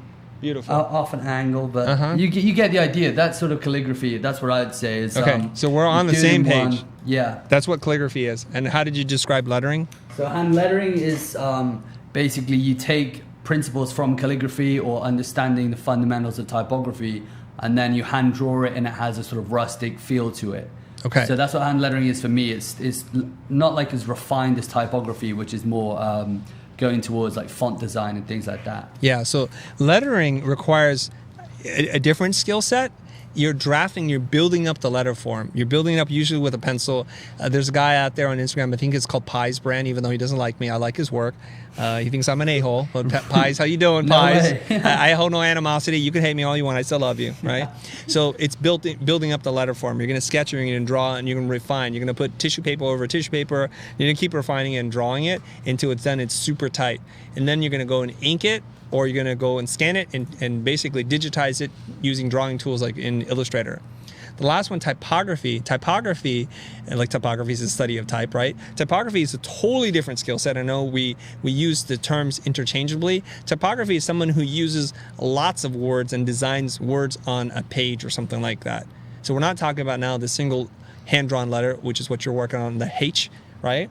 We're not talking about the build-up lettering, which is what, Doyle Young. Look up Doyle Young's work. He's incredible. He's a master at lettering. Also, Niels Lundstrom, my teacher from Art Center. And the last one's typography. It's the arrangement of words on a page. Okay, there you go. Okay, so would that be more towards graphic design then? Yes. Like hierarchy and making sure everything looks good, like kerning, Correct. letter spacing? Okay. Correct. The layout. Okay, cool. Book design, that's Yeah. typography. Yeah. So that's probably the best example. Annual report. Anything that's got a lot of words, that's where a typographer is going to step in. So if you say I'm a typographer, which I am, I'm not a lettering artist. I'm not a calligrapher. I like to be one. And my wife is practicing her calligraphy, so she's going to be a calligrapher. My son is going to learn that as well. I think it's a lot of fun learning calligraphy. It's one of those things where at first it's super difficult, you know, you're not very good at it. But then like you spend a lot of time, like hours, you're looking into what you're doing, you're analyzing constantly as you go. And you see that slow building progression. And that's like so satisfying. It's sort of like, you know, when you play like a role play game, like a video game, and you know you level up and you get new Skyrim. stuff. We're talking about Skyrim That's right exactly now. You what guys, was come playing on, in my come on. mind. Yeah. So you get the new Don't armor. talk to me. You get the swords and you Yes, get all yes, that yes. cool stuff. And now Let's you can nerd take down out. the dragon, right? Right, And right, of course. And the dragon is like this cool big calligraphy piece. It's your first commission, and you can do that. So when you finally complete that, it's so satisfying. And I think that's definitely, like I was saying, like graphic design, lettering, and all that sort of stuff started coming away from video games. But that idea of sort of a building progression, Yep. I think you find that in anything, and it hooks you. It really does. Do you find some of this stuff therapeutic? Oh yeah, 100%. Yeah. It's like meditative. Yes, it is. Like when I'm painting, like I said, it takes like 4 to 6 hours, and I'm just sat there. Usually I have some like relaxing music on, and yeah, I can just sort of sit and. What are you listening to when you paint? So it depends. In the workshop the other day, we had these sort of like chilled jazz beats, and there's a cool YouTube page, and it's just 24-hour chill jazz beats. Chill jazz beats. Yeah, That's a page. Yeah. Beautiful. So that's really good stuff. I Okay. listen to a lot of that. But then it can also be something down to like genuine meditation music, or something like Kanye West. Okay. Like yeah. Pump you up a little bit? Yeah, exactly. Yeah. There's like a spectrum. It depends on how I feel at the time. Yeah. Cool. Chill jazz beats. Love it. Yeah, that's good office listening. That K-jazz. is. You know, here's the funny thing is when you're doing something like this, I think the beginning of it can be very painful. It can be like, oh, you get tightened up and you're like, oh, it needs to be perfect, and you're frustrated because your skill set isn't quite there. But if you push through that and you work on it and you put in your hours, all of a sudden it becomes a way to relax. And I find that when I'm doing the most mundane like production art, like cutting out images in Photoshop, which is something I do all the time to make thumbnails and comps for people. If you have the right mindset and you're pretty good at it, you start to groove and just flow, and you're not even really thinking. Your mind is able to float out into the universe, and you can think about lots of other things while you're doing this. So some of my best ideas have come from doing something that's very repetitive. Yeah, I find that definitely. It's sort of when you've developed that like muscle memory. So like you said, your body can just go ahead and do the work that it's got to do, and then you're free to sort of ponder other things, and that's nice. Okay, there's a bunch of questions coming in here. One thing I wanted to ask you is, since you've been able to amass a pretty good sized following on Instagram, have you leveraged that to make money yet? Yeah. Well, lettering and stuff this is my full time. So like the workshops, the logos, and then other artworks as well. So like I sell prints through my Instagram. Like I said, I sell the fonts that I create as well. So the following really helps me to be able to create things that I enjoy, and then be able to make money off that through the prints or through products that I sell. Right, but say have a company like Liquitex come in and say, hey, here's a case full of paints, and here's a $4,000 bill that we're going to put inside the box for you. Yeah. Has anything like that happened yet? Yeah. I've had like quite a lot of projects. Don't hold back like on the that. details. Tell Yeah. us about these deals. Okay, Can you? so one of them, a lot of them are video based, which is Okay. great because I love creating these videos. So I had like quite a big contract with Manuscript, which is a pen company in the UK. I think they're the biggest pen manufacturer. And within that agreement, I went up and I taught a workshop at the Pen Museum in Birmingham, and on World Calligraphy Day. So they had like a big event. I went up and like I promoted some of the stuff that I'm doing, showcased it, similar to what I'm doing here today. Yeah. And then I went away and we created 3 artworks and 3 videos. that then they're going to be using as promotion, and they might even be using some of it on like their packaging, things like that as well. Mm-hmm. So that was a real good one. I see. So they asked you to promote, and is money exchanging hands here? Yeah. So it was like a per video payment of £400. So that's quite a decent little bit for like a video. Nice. So that was a fun project. Before I came out here to America, I was in London talking with a big ad agency. And what they do, they get big clients. So their client at the moment was Samsung. And Samsung's bringing out this new product. I'm pretty much promoting it now. I should be getting paid for this. so yeah, they've got this new product coming out, guys, and it's called the Samsung Flip. So yeah, and it's basically like, hold on, we got to pay the bills there. Do it again. Yeah. Here we go. That's brilliant. So basically what they're doing, they have this huge digital whiteboard sort of thing. So it's like massive. Yeah. And you can draw on it, and it's sort of business arrangements, meetings, pitching to clients. So we're going to be creating, again, 3 pieces of video content. So when I get back, we're going to do a workshop in London, similar to this. Yep. And then we're going to get those guys that are going to come in and film it, and we're going to create some cool content. Lovely.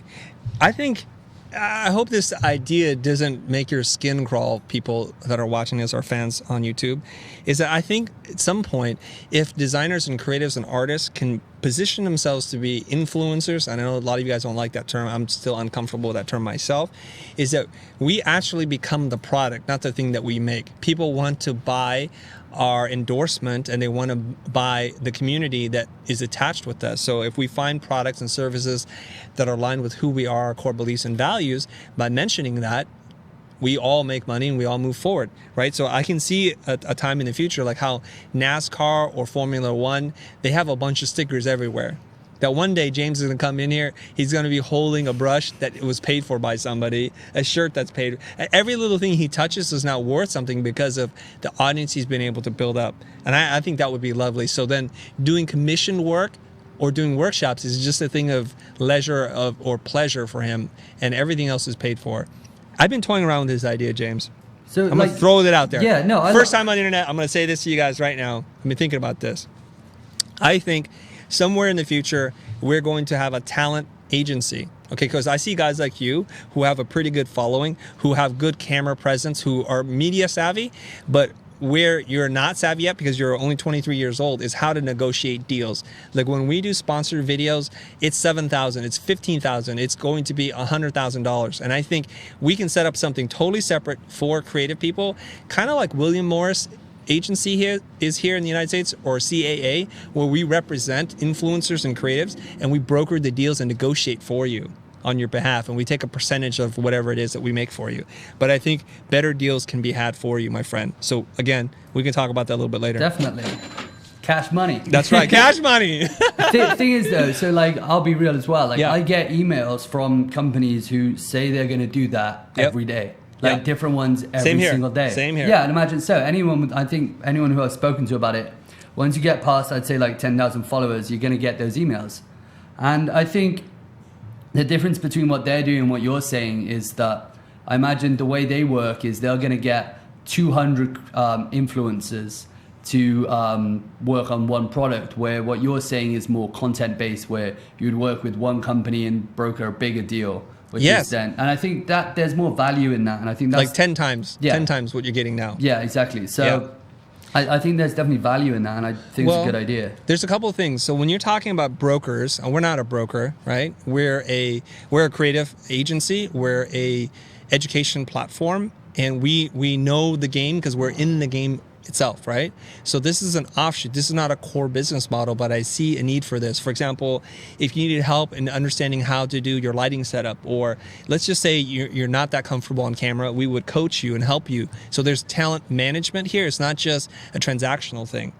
And so we would also filter through the lens of creatives ourselves and say, that's not a good deal. We're not even going to bring that up to you.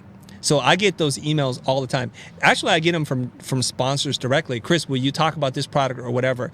We'll send you a free product. And the product's $300. Yeah. That's not worth my time to even look at. No, I right? had the exact same thing yesterday. These things come in all the time. Yeah, for sure. It is a waste of time. Yeah. So what we're talking about is hiring somebody that works for us, that comes from the entertainment world, to vet all these deals and say, look, you're not going to talk to James, Chris, Ben, or Matthew or anybody unless you start with this number, and these are their terms and to negotiate on your behalf. This is very different. This is an intermediate layer between you, the artist, creator, influencer, and commerce, corporations, and brands. Yeah. No, I think that'd be really valuable. I think that because like I said, within the Ligature Collective, we have some pretty high-profile names on like the Instagram, but a lot of them, I guess they don't know sort of how to do exactly that, broker big deals, or they're not in the position where they're getting those deals sort of sent to them. Mm-hmm. So I think, that'd be kind of valuable for a lot of people. I see there's one person who I've seen do it really well. I don't know if you know him, Pokras Lampas. No. So he's like a Russian, like I guess he's like one of the biggest Russian artists out there at the moment. He started off doing hand-lettered logos, calligraphy, digital typography. And then he sort of branched out and started doing more painted calligraphy. He was doing murals. And now he's working with brands like Fendi, Gucci, Lamborghini, and Ferrari. And he's painting all these like incredibly diverse things. And like I had no idea how he would even like go to get these clients. Yep. Yeah. So James, afterwards, after the show, off air, we'll talk. We'll continue this dialogue, and Yeah, we'll see for if sure. there's an opportunity there. And for those of you guys that are watching this, and you're like, "Hey, Chris, I'm an influencer. I got a creative following." If you do, reach out to me on social media. You can reach out to me on Facebook or Twitter. Just message me directly, and we can get the dialogue going. Send me a link to your channel if we think there's something there that we can work together. I think this is the new power here, where the creatives like yourself and other people out there who have built up a following, who need a little help with the management, don't want to deal with the money and the hassles, who can actually help not only broker better deals, but to use their own platforms to boost each other up. I think there's something there. Now, I want to say something here. This is a pretty funny comment from Malva. He's like, I want to tattoo the future all over my body. I love this channel more than my life. I'm serious. So don't do that. Or just a small tattoo. A small tattoo and send it to me. And that would be a little crazy, but I want to see it. I want to see that guy. I want to see that guy with the future tattoo. Okay. So we're kind of coming close to the end Yes, of we this are. page now. So I'm just mixing up some. I'm gonna do like a really pale yellowy green up here, so it's sort of like a mint color, and then we're gonna be pretty much done. Yeah. How are we doing for time? We're doing 'Cause I'm, like, fantastic because lost. you know what? The future works on your time, my friend. Yeah. So we'll whenever you think you're done, we're done, and then we'll wrap up and we'll get out of Time here. is an illusion. Ooh. Now that's a separate conversation. Yes, it is. That's a whole other Indeed. podcast. Now I noticed something. I just want to point something out. The first time when James was mixing up the brown, he was running a little thin. But this time he's got gobs of paint. He's like, I'm Yeah. not going to run into that same problem again. Yeah, because I don't want it, especially over here now, because Yeah. we need quite a lot of paint for these. So You're painting the face now, right? Yeah, exactly. So once you finish painting the H, we're that's going to be the end of the show. So guys, we're in the home stretch here.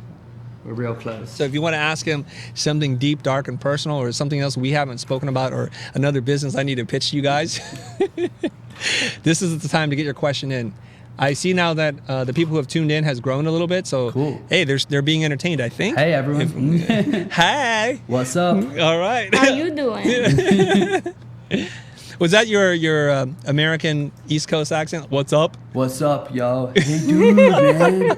See the waves in SoCal today? Wow. All right. I was doing, because obviously there's a Conor McGregor fight while I was in New York. Oh, yeah. Oh, so I yeah. was doing my Irish accent. I was walking around, I was like, me and Conor are friends. We grew up together in the caravan park. I'm gonna stop this now. Paint. Now all the Irish people are like cringing. We have a bunch of Irish fans. That's They cool. just signed out. I do a really bad Irish and Scottish accent too, so I won't do that now in light that you're British. And I do a bad Scottish accent. go on, give it a try. someone join in.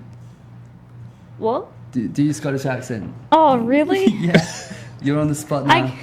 I can try, but Isn't that what it's- you mean to do when you say I have a bad Scottish accent? That's the precursor to you to busting out one. I suppose this is all I got. So That's pretty good. That is good. No, I'll Usually, give you that. That was if you have a impressive. couple of phrases, you just quit. You don't drag it out. That's where it starts to tear apart, right? All right, I'm out then. All right.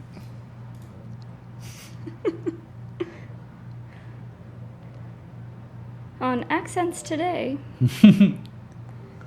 Accents in the design agency. Okay, here we go. Here's the Design and question. accents. All right, back to BizNaz. Dylan Schofield asks, when a major opportunity comes your way, would you ever consider making it known to the client that price is secondary because it means that much more to yourself, meaning you the greater value of the job? I didn't even understand your question, Dylan. Yeah, that's kind of a tough question. Are you saying that you do a project without getting paid? Is that what the question No, was? I don't think so. Okay. Would you ever consider making it known to the client? Oh, I see. Yes, you're right. That's what it means. It means that if a major brand, like say, what's a brand that you love that you haven't worked with? I don't know, like Levi's. Levi's, okay. Yeah. Yes, Levi's. So Levi's comes to you and you're like, oh man, I love Levi's. I've always loved Levi's. Yeah. And then he's asking, I think, do you let him know like you're this giant fan and that you'd want to do it for free if they just even gave you the opportunity? No, because then they're not going to value your work. They're going to be like, okay, well, if I'm putting this brand on a pedestal like that and saying I'll give you everything, I'll give you all my time, my skills, and all my value for free, then they're going to be like, all right, well maybe he's not up to the level we thought he was. You're sort of throwing away any bargaining opportunity you have there, just sort of giving it to them. Yep. But I have worked with clients before but that's on more of like a charity basis. So I've worked with some charities in the UK, and they're like, I'm a fan of what they do. So they're like, oh, we need some help in this area. I'm like, yeah, well, I'll help promote that. One of them was like an art print. So I created this art print, and then basically gave the rights to sell that art print to a charity. So it's not like I wasn't going to create it anyway because it's a cool piece of art, but it's sort of like I didn't get necessarily paid for that project. Yeah. So yeah, I guess it's like a different angle. Okay, so Dylan, I'm going to tell you this. Put down the bong. Okay, we're not going to do that. You're on the wrong channel if you're going to ask why you should do that. It is okay for you to be a fan. I'm a fan of many things. I love many things in my life. Hopefully that's what your life looks like too. And so if that dream client, that dream girl comes and tells you, you can say, I'm a fan. But as soon as you talk about business, take that hat off and become the business person. Talk about business at that point in time. It's like, this is going to be a double win for me because I get to help you, somebody I like, and I'm going to get paid to do what it is that I do. How's that sound? Fantastic. Yeah, okay. perfect. All right. Yeah, another good example is Creative Mornings. Do you do Creative Mornings here, Chris? Yeah, Creative Mornings exist here. I've never been to one, but yes, they exist. Oh man, you should. They're great. I bet they'd love you to do a talk there. So I did a talk at one in Cardiff last September, October, I believe. And this month I had the pleasure of creating the artwork for the Creative Mornings. So like everywhere in the world right now, every Creative Mornings, there's my artwork to promote it, and that's incredible. And one of the boys who's like a friend of mine, he's a designer as well, he was like, oh, did you just do that for the exposure then? I was like, well, no, they respect the illustrators and artists, they get to do the project, so they're obviously going to pay them. Yeah. Like, I think there's like a disconnect between, like you were saying, the business and then the creative side of it.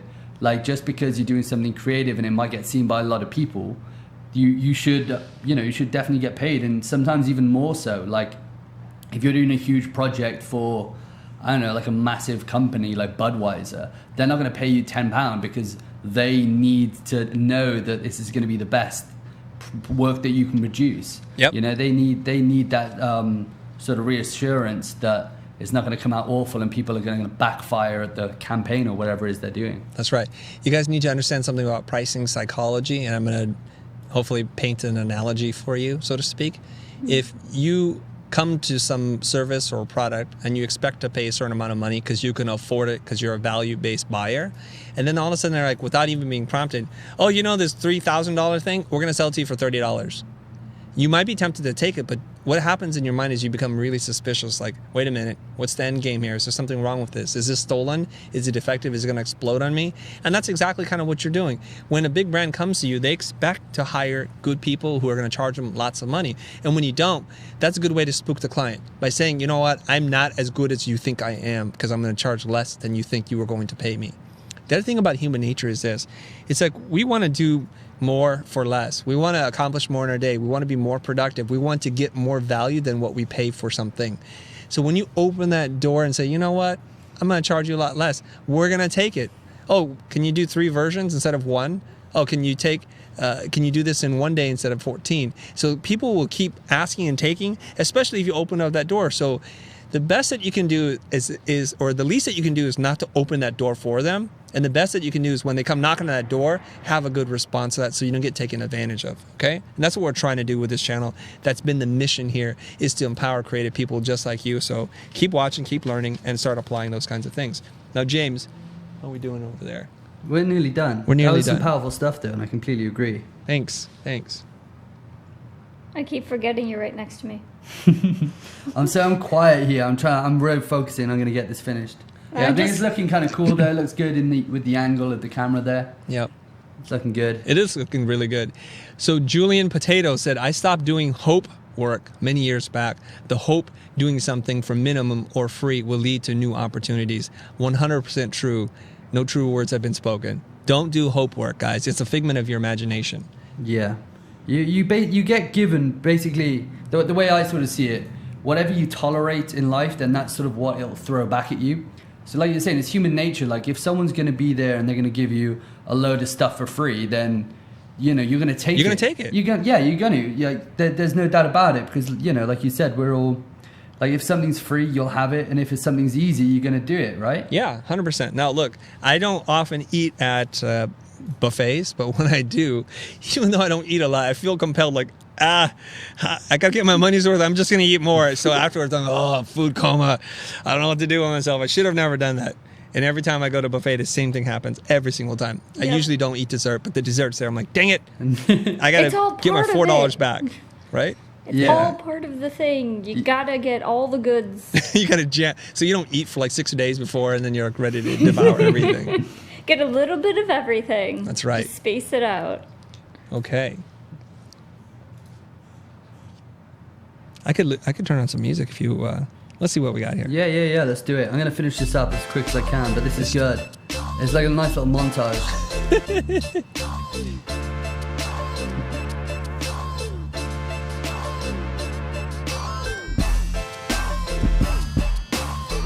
Oh, I like this beat. Have you had to correct anything? No, I haven't. It should be flawless on air, live, I'm surprised. while walking and talking and chewing gum and painting at the same time. What I would do there is usually I have like sort of a craft knife, right? And if you get the paint, so say for example I was painting here, Yeah. and I painted it and like some paint went here. Yep. With a craft knife, which is good about this craft paper, you can sort of like lift the paint and lift a bit of the surface. Oh, you just there's scrape it off? Yeah. Oh, okay, excellent. But with a like a canvas, I guess it's more difficult to do that. But Right.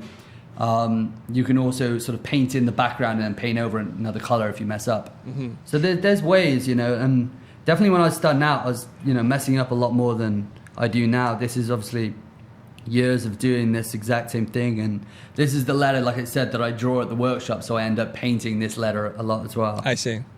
Well, let's talk about that a little bit. How did you draw that letter form?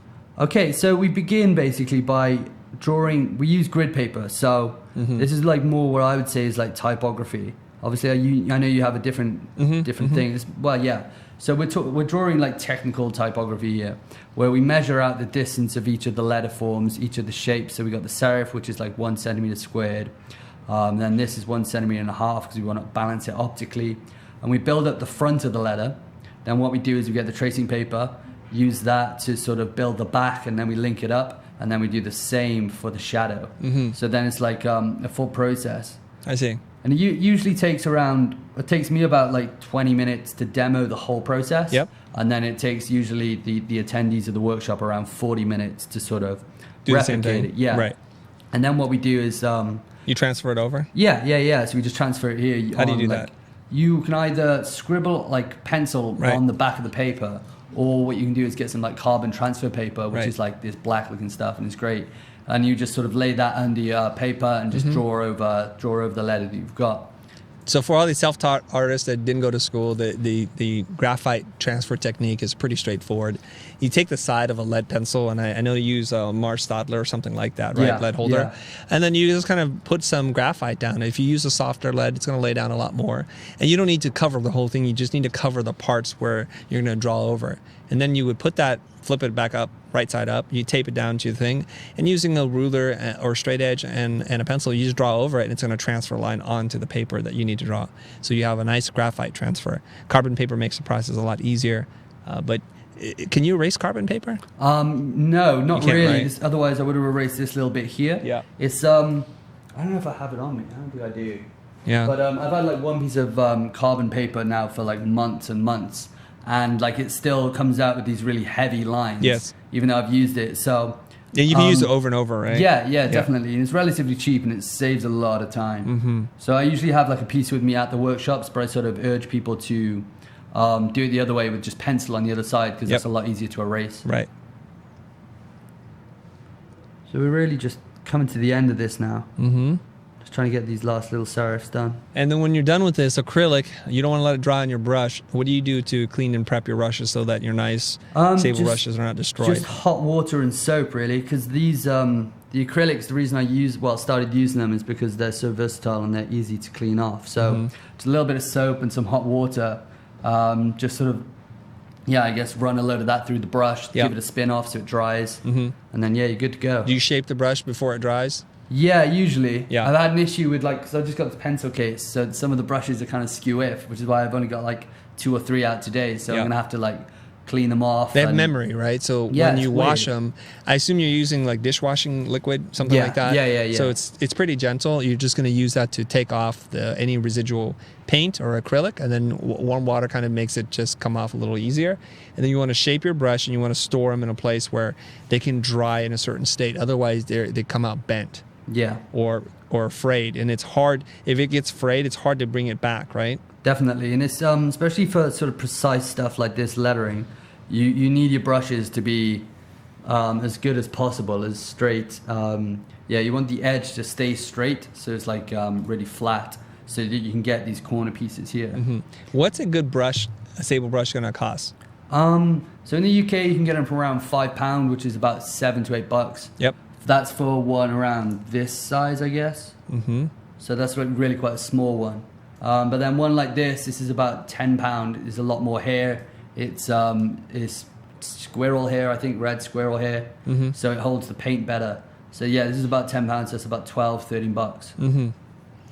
I just noticed that when you get to how you paint your strokes, like when you get to the corners, you kind of do it at an angle, and then you fill it in sideways. You don't ever paint all the way to the end. Yeah.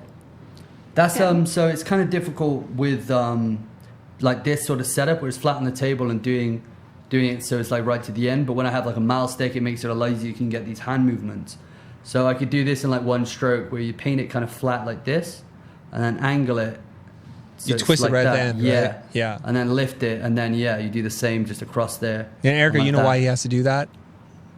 Because the brush gives you a clean line on the edge, but not at the tip.